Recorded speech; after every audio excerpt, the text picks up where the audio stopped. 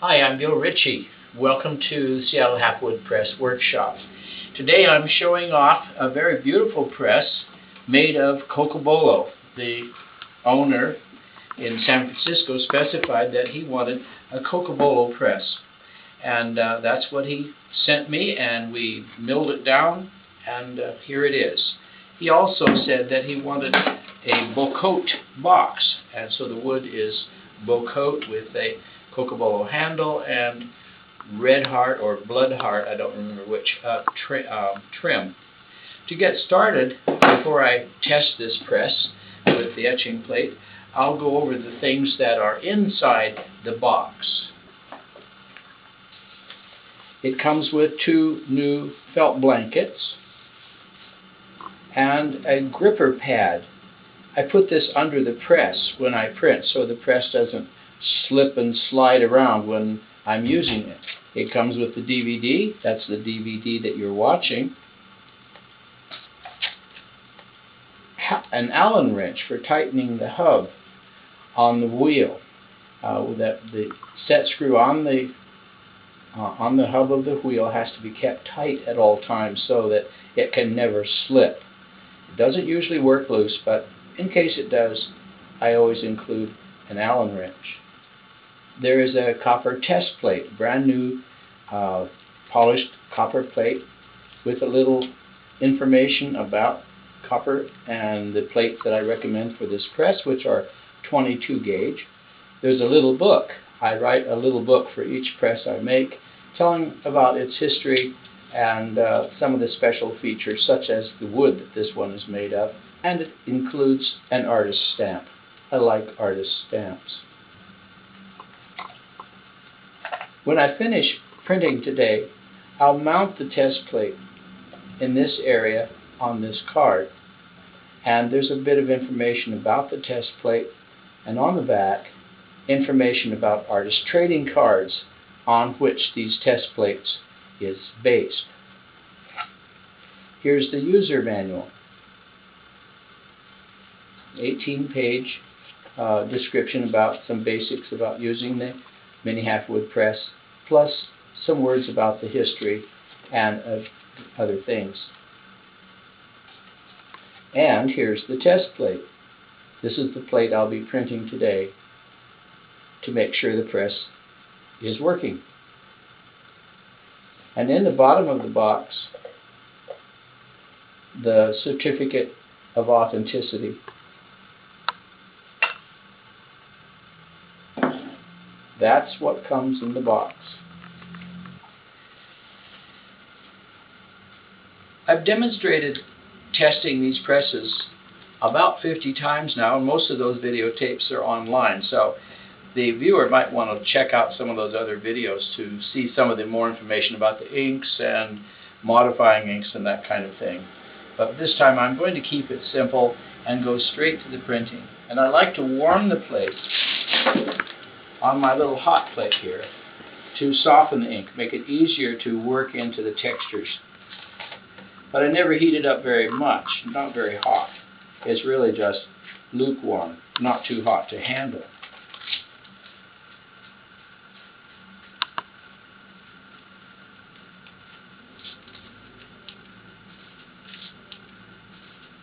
When the ink is worked into the texture, I slip it off into the gripper pad and start wiping with the tarlatan.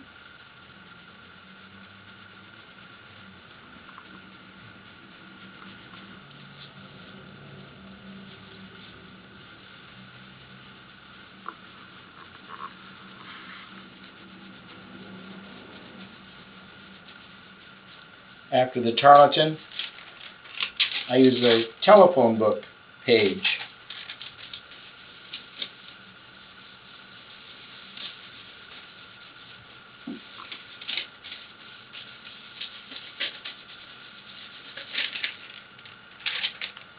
Then I'll clean the edges.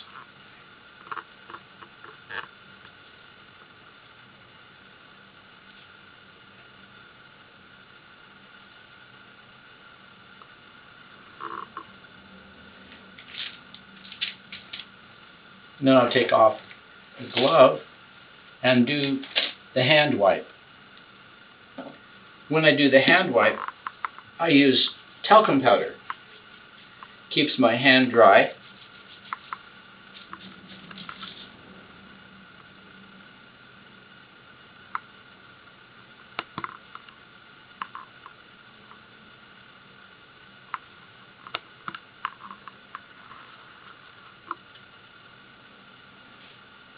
And one more touching up of the edges of the plate.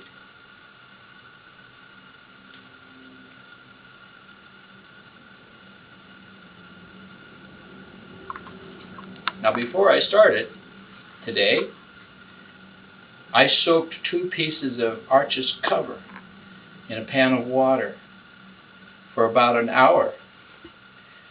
And then I took them out of the water and I blotted off the excess water. And I put them in a sandwich bag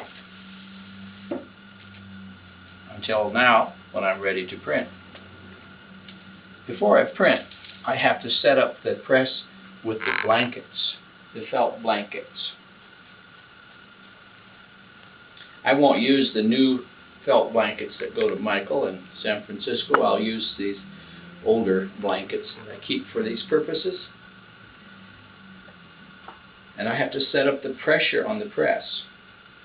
To do that, first I tighten the pressure screws all the way down till they touch the bed. And then I raise the top roller by raising the pressure screws about 10 half turns.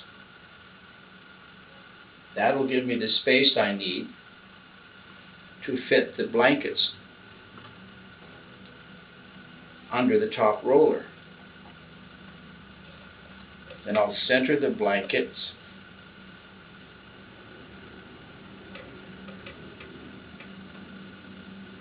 Then I'll turn the pressure screws evenly, about 6 half turns, or as many half turns as it takes so it feels nice and tight. How it feels is a matter of experience. You learn after a while how much pressure to use for your particular printing plate.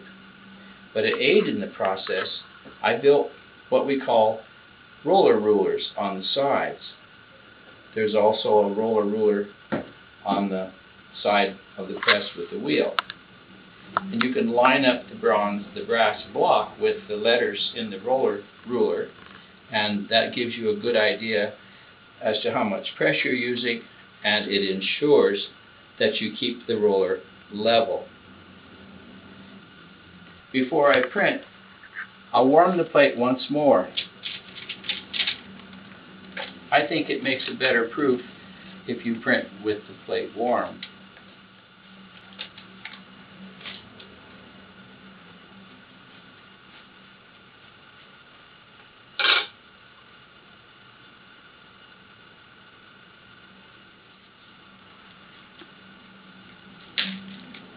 I'll make 2 trial proofs today for this test, and I'll compare them. If they're different, I'll send the better one along with the press to the owner, and I'll keep the other one for my collection. Now it's printed. For the benefit of the video, I'll turn the press around.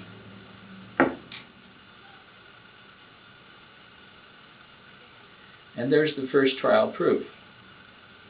As I said, I'll print a second trial proof, and I'll send the better of the 2 to Michael Olson in San Francisco. Well, that completes the test of the number 88, the Cocobolo Mini Halfwood Press. I'm Bill Ritchie. Thanks for watching.